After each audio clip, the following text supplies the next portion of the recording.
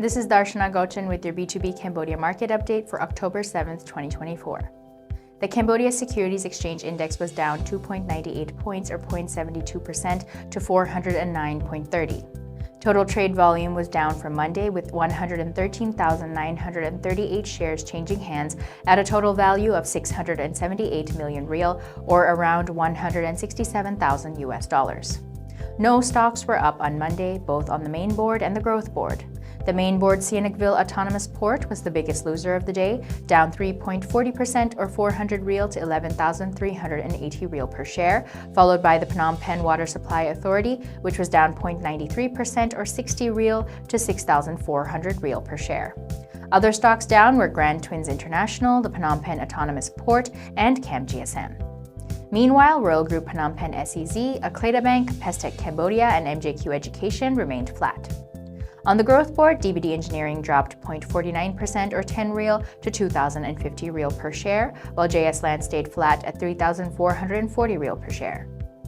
The Sihanoukville Autonomous Port recorded the highest trade volume of the day with 29,019 shares changing hands at a total value of around 320 million real or around $78,950, making up roughly 24% of total shares traded on October 7th. The Phnom Penh Water Supply Authority recorded the second highest trade volume of the day with 21,585 shares changing hands at a total value of 137 million real or roughly $33,800, accounting for 18% of Monday's trade volume. In other business-related news, Cambodia has been officially chosen to host the 20th Francophonie Summit in 2026. The announcement was made during the closing ceremony of the 19th Francophonie Summit held in Paris on the evening of October 5th. Held every 2 years, the Francophonie Summit gathers the heads of state and governments of all 88 members of the Organisation Internationale de la Francophonie.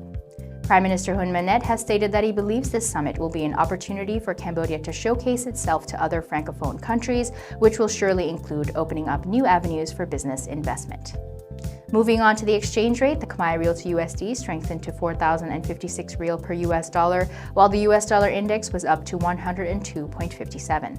The US dollar edged down on Monday following a rally sparked by Friday's strong US jobs data and an escalation in the Middle East conflict.